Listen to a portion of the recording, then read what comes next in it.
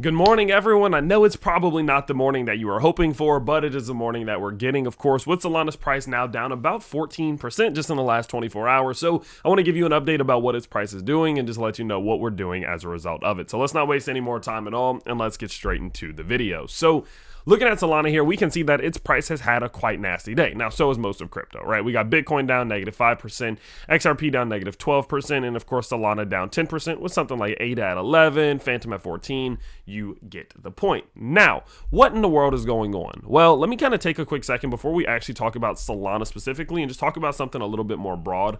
What I want you to understand is that this happens, especially if you're new here. I know a lot of you are new. A lot of you just got into the crypto scene, and I hate to burst your bubble, but the shit happens all the time. Okay, everything's good, everything rainbows, everything's rosy and daisies, and it's great.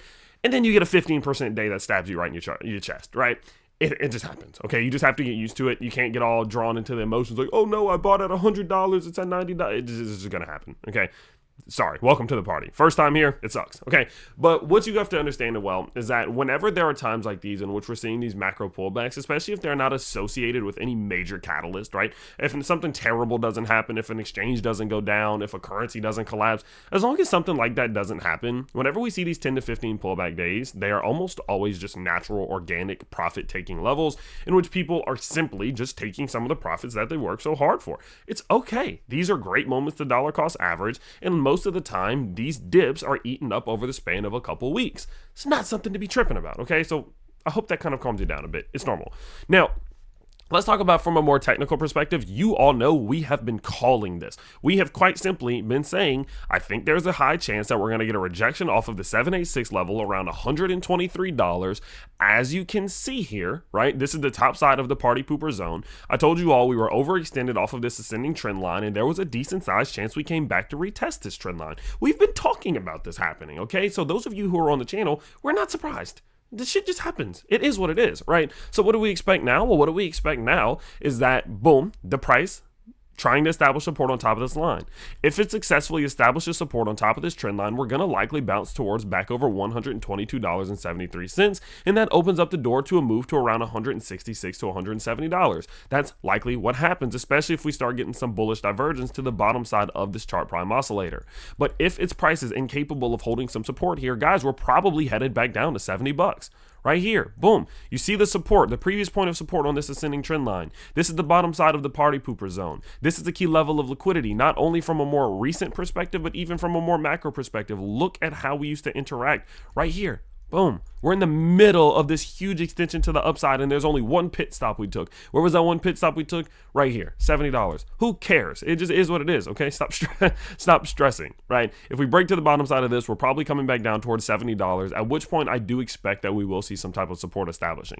Maybe we do wick on the weeklies back towards, maybe even the mid to low 50s. That is a well within the realm of possibilities, but I do think this liquidity we establish as we melt it up right here should hold us some beautiful support and give us an opportunity to start working back to the upside and just clear through this ascending level of support here. Okay, so at the end of the day, I'm not really stressed about it. I'm just watching. Okay, are we going to hold this? Looks like we are right now, but the likelihood is here we could come back test, boom, and then either try to make a run to the upside or lose some support and then break towards the bottom side. I think this is the more likely candidate, but obviously you never know what's going to happen with ETF approval or whatever, and so you have to kind of just play it by ear and just be a little bit more reactionary in the sense that you prepare for an action and then you give the reaction. So personally, you want a decent trade? I think going in with a short trade, if we do break the bottom side support here with the take profit level around $70 to $78 and a stop loss level right around $100, wouldn't be a bad trade. I definitely don't think it'd be a bad trade. I personally just don't like shorting cryptos when we're in a bull market. I just don't think from a macro sense it's the best idea because you could be wrong. And if you're wrong, the thing's likely going to just rally and liquidate you.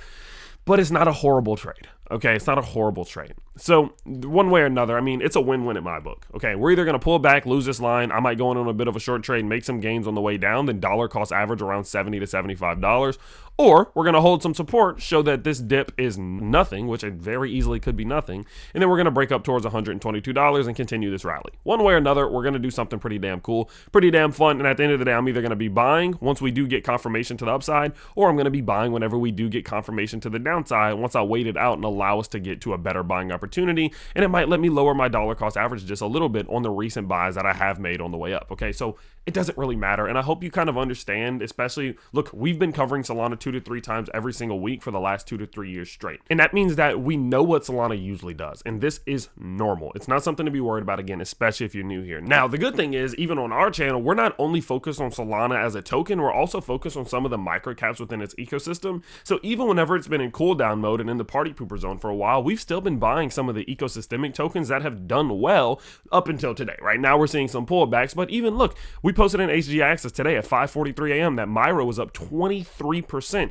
at 1.32% just in the last 24 hours since I made a narrative alpha report on Solana and told HG Access members about a bunch of the tokens on the ecosystem, right? Those types of gains are possible whether or not this thing pulls back or not. Now, obviously, microcap ecosystemic tokens are pulling back now, but just in the last 24 hours, we saw huge gains on that while Solana wasn't really doing all that much, okay? So that's the reason we're not all that stressed. It just kind of is what it is. If you guys do want to short this thing, if you do want to short it once we lose it, or if you do want to go long on it, I do have a Margex links down below. You don't need a VPN. You don't need a KYC. It's a very, very easy to use exchange. So use that link down below if you're interested in that. I do highly recommend them, and they do have some good deposit bonuses, so make sure you check that out. But at the end of the day, look, I'll keep updating you as this does play out. Don't worry, don't panic. It's not that big a deal. I know my titles, I know the thumbnails can get crazy sometimes, but whenever we have moments like this, it's really kind of a big ass nothing burger at the end of the day. So don't worry about it. I will keep you guys updated as this does play out. I have a ton of content releasing in the next 4 to 5 days, so I hope you do subscribe so you don't miss it, and I'll see you next time.